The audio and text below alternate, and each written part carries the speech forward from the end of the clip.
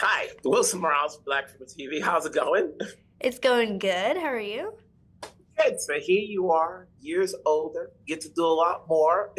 How much more training did you have to do for this movie as opposed to the first movie? So much more. I don't think I did about any training for the first one. I did like a year and a half of all this martial arts training with kickboxing and wushu, and we spent a lot of time focusing on that and also getting scuba certified. And I did iFly for these skydiving simulations, and I even rode a moped for the first time, which was awesome. So it was a lot of work, but I'm really glad I did it so I could do as many stunts as possible.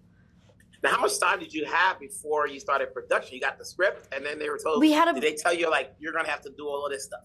We had, yeah, well, I read the script and I was like, okay, this is a big to-do list here. So we got the script about like a year and a half to 2 years before we started filming, but I also flew out to Cape Town a month in advance to start working on choreography and get scuba certified and do all this stuff there. So by the time it was time to start, we were ready. And so, yeah, it was really fun.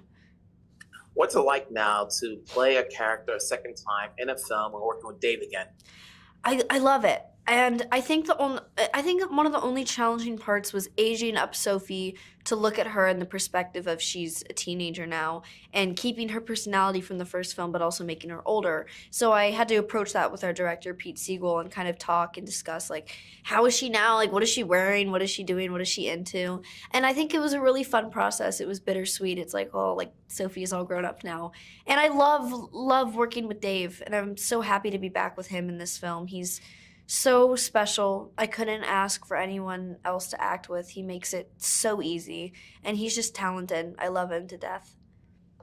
Now, a lot of people probably did not catch up to the first one, even though it had its success, so they've now seen the first film and seen this one again.